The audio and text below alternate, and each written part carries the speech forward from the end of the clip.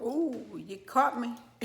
Caught me doing what most of us are doing a lot of in the refrigerator. Yeah, eating and drinking.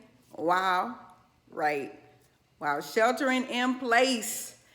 I know most of us have found ourselves with increased eating, not to be confused with increased appetite, because that wouldn't be the truth. Welcome, everyone, to emotional eating. Some people are very familiar with emotional eating, and there are many people that are finding out about it now as we're having to shelter in place, be in one place for long periods of time, and find ourselves eating for a variety of different emotions. And again, I want us to all be aware that a lot of what's happening with regard to the food and the amount of consumption is coming from emotions. We have those people that eat when they are bored. Yes, eating is an activity. It gives us something to do.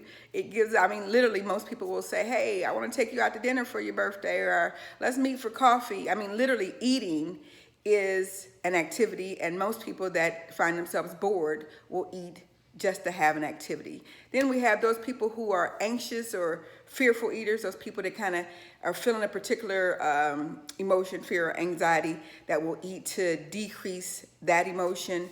Then we have those people that are stress eaters. Yeah, so people are not working, furloughed, laid off, working from home, which is different, dealing with change. Stress eaters are people too that will pick up and just to be doing something, the robotic of it all, to have an activity, to suppress or to distract from a particular emotion, people will eat. So that's why we find ourselves eating and potentially drinking more as well. And I don't mean drinking Pepsi. There's some people that's picking up, alcohol. Just know that those things come from emotions, and there's things that can happen. The PTA is pause, think, act. And I want to give you that as a way to kind of check yourself. Pause before you get ready to eat something. And if you know that you're not hungry, go ahead and drink some water or find an alternative activity to do. If you know if there's not hunger that's calling you to food, know that it's emotion and find something different to do. The T, think about it. Okay, is this hunger? Am I hungry? When was the last time I ate? I'm going to encourage people to even still, if you've done meal prep before, meal planning before, that's great. If you've never done it before, it just looks like you planning things ahead of time. I know for myself, I find myself thinking about dinner at breakfast time. Like it's already like pre-planned. And I know that comes from me wanting to feed these emotions.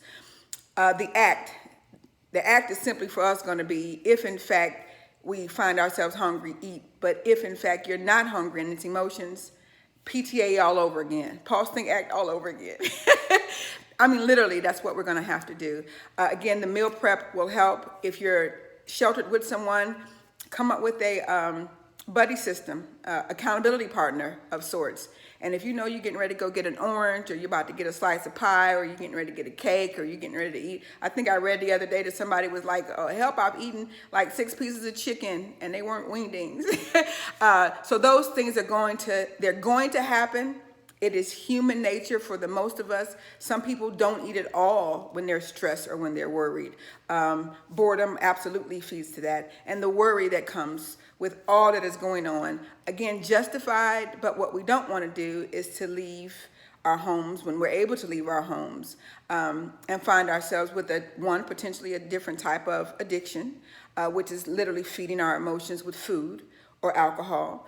The other thing is, y'all all gonna have something to say about your weight. It might be summertime before we get out of here. Right. Some of y'all that had summer bodies before y'all sheltered in place, and it's gonna be winter bodies by the time we get out of here. So just be clear and conscious that so much of what is happening now comes from emotional eating, and only you can curtail that. You would have to do that. So I have great faith in you, though. We can do this. We can absolutely do this together. My name is Angela Harvey, and I want you all to create the outcomes that you desire and deserve. No emotional eating.